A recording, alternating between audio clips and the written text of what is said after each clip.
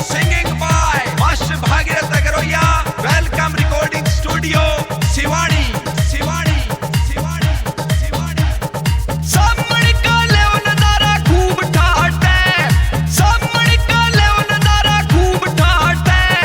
पीते रहो दिल डाट के, पीते रहो दिल डाट के।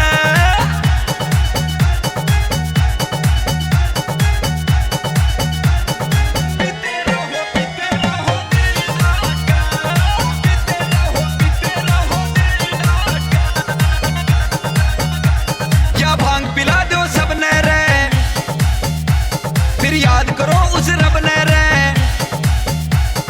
भांग पिला दो सबने रे, फिर याद करो उस रब ने रे। भोले की बरसे कृपा ठाट बाट है। पीते रहो दिल डाट के, पीते रहो दिल डाट के। पीते रहो दिल डाट के, पीते रहो दिल डाट के।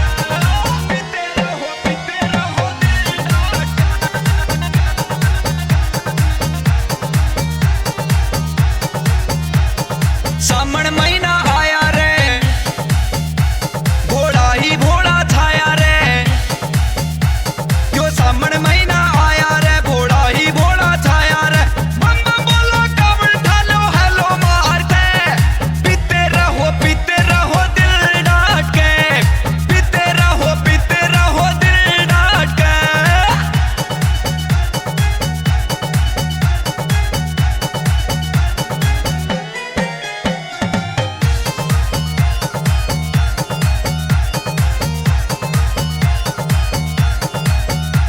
भोले की कावड़ ठाई रे, खुशियां ही खुशियां छाई रे।